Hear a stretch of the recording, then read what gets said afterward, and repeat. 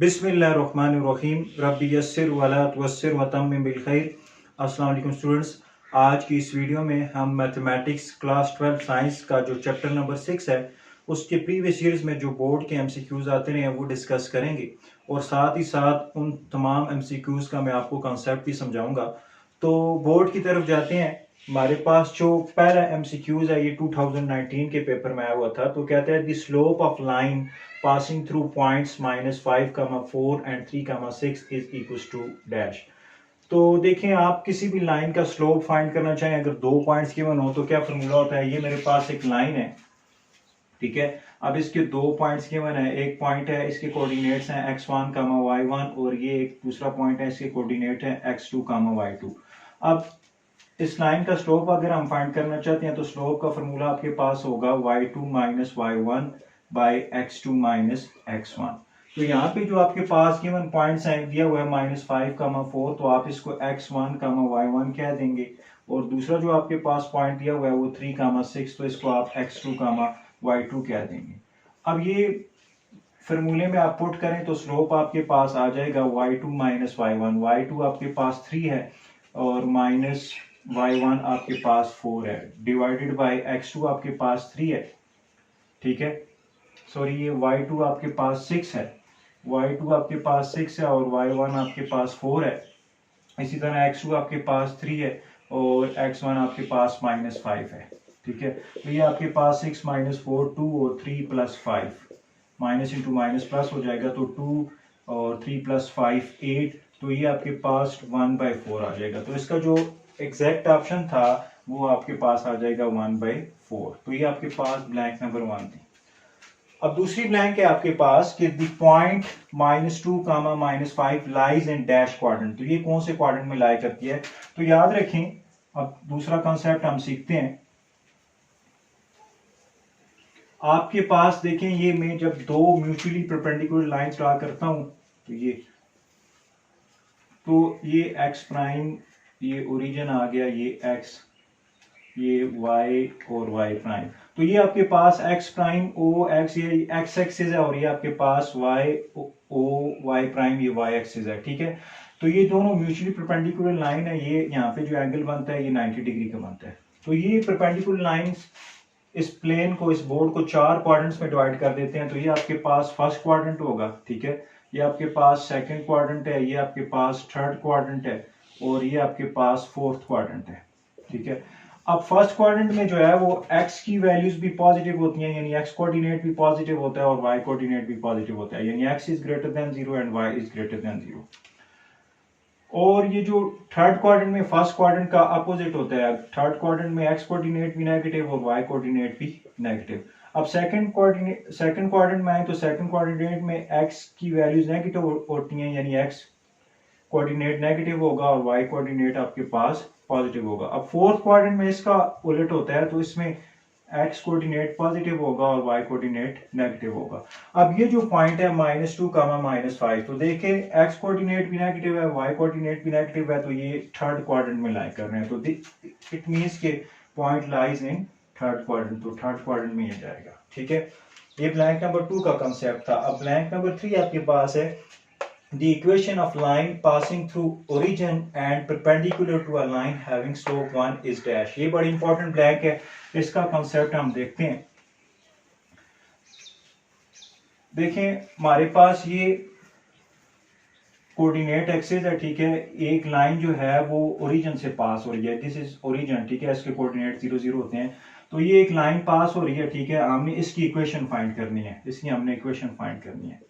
अब कहते हैं the equation of line passing through origin, इसकी आप इक्वेशन फाइंड करें। जो ओरिजिन से पास हो रहे हैं तो ये कोऑर्डिनेट 0, 0 हो जाएंगे and perpendicular to line having slope 1। और ये जो लाइन है जिसकी हमने इक्वेशन फाइंड करनी है, एक और लाइन है जो इसके परपेंडिकुलर है। तो लेट्स सपोज ये एक और लाइन है जो इस लाइन की क्या है, परपेंडिकुलर है, ठीक है। यानी ये जो एंगल बन रहा है 90 डिग्री का है। अब इस लाइन का स्लोप दिया हुआ, इस लाइन का इसको आप m2 कह दें, तो इसका स्लोप आपके पास 1 दिया हुआ। तो कहता है आप इस इक्वेशन की, इस लाइन की आप इक्वेशन फाइंड करें। तो देखें, एक पॉइंट गिवन है और तो पॉइंट स्लोप फॉर्म अगर मैं लगाऊं तो वो हो जाती है y - y1 = m1 into x minus x1, ठीक है। तो अब y1 0 x1 भी 0 है, तो ये आपके पास आ जाएगा y minus zero is equal to m1 into x minus x1, ये आपके पास 0, तो ये बन जाता है y is equal to m1x। अगर आप अब हमें अगर इस लाइन का हमें स्लोप मिल जाए जो m1 है, तो ये इसकी इक्वेशन निकल सकती है। तो ये देखें, ये जो लाइन है, जो रिक्वायर्ड लाइन है और ये जो लाइन है, ये दोनों एक दूसरे के परपेंडिकुलर हैं। तो एक रिजल्ट हमें पता है कि अब जब दो लाइंस परपेंडिकुलर हों तो उनके स्लोप की प्रोडक्ट -1 होती है। तो यानी m1 into m2 this is equal to -1। अब m2 आपके पास गिवन है, वो आपके पास 1 है और ये -1, तो यहाँ से m1 भी आपके पास -1 आ जाएगा। यानी जो रिक्वायर्ड लाइन है उसका स्लोप आपके पास -1 आ जाएगा। यहाँ पे आप -1 पुट करें तो ये बन जाएगा y is equal to -1 into x. तो x को इस तरफ ले आए तो y plus x equal to 0। तो this is required equation of line. तो इसकी जो इक्वेशन होगी वो होगी आपके पास x plus y is equal to 0। तो ये आपके पास बनती है x plus y is equal to 0। ये हमारे पास जो पहली ब्लैंक थी ये 2019 के पेपर में आई हुई है, ये 2018 के पेपर में दूसरी ब्लैंक आई हुई है और ये जो तीसरी ब्लैंक है ये भी 2018 के पेपर में आई हुई थी।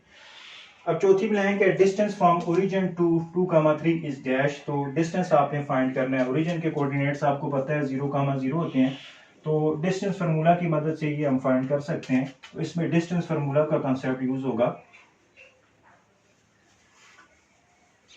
देखिए आपके पास ये डिस्टेंस फार्मूला के अगर दो पॉइंट्स गिवन हो तो आपके पास डिस्टेंस फार्मूला जो होता है उसके root x2 minus x1 whole square plus y2 minus y1 whole square. अब वो कहते हैं कि distance from origin to point, तो ओरिजिन के कोऑर्डिनेट्स तो 0,0 होंगे, तो ये आपके पास देखिए बन जाएगा x2 माइनस x1 यानी 2 minus 0 whole square plus y2 minus y1 तो 3 माइनस 0 होल स्क्वायर। तो ये आपके पास आ जाएगा A B distance equal to 2 square plus 3 square. अब 2 स्क्वायर आपके पास होता है 4 और 3 स्क्वायर होता है आपके पास 9, तो 4 plus 9 is equal to square root 13।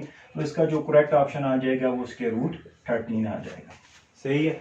अब लास्ट हमारे पास जो ब्लैंक नंबर 5 है, कहते हैं the lines are real and coincident if dash. तो किस वक्त लाइंस रियल और कोइंसिडेंट होंगी, कंडीशन क्या होगी? तो याद रखें ये जो आपके पास सेकंड डिग्री होमोजेनियस इक्वेशन होती है, मैं यहाँ पे लिखता हूं आपके सामने।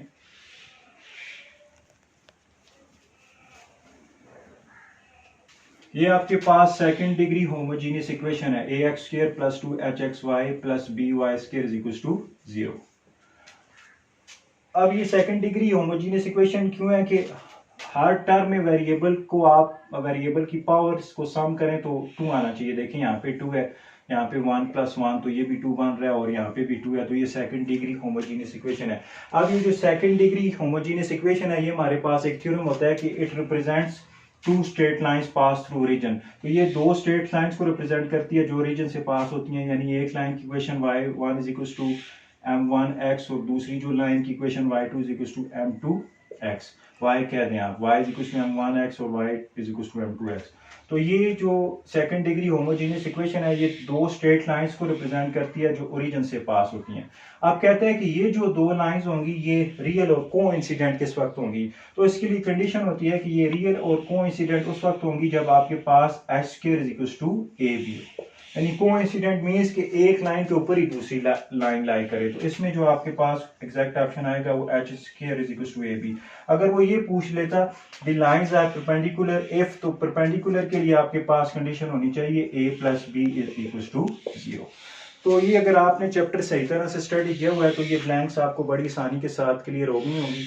तो इसी तरह इंशाल्लाह ताला हम नेक्स्ट वीडियो में जो नेक्स्ट चैप्टर है उसकी ब्लैंक्स देखेंगे। बहुत शुक्रिया।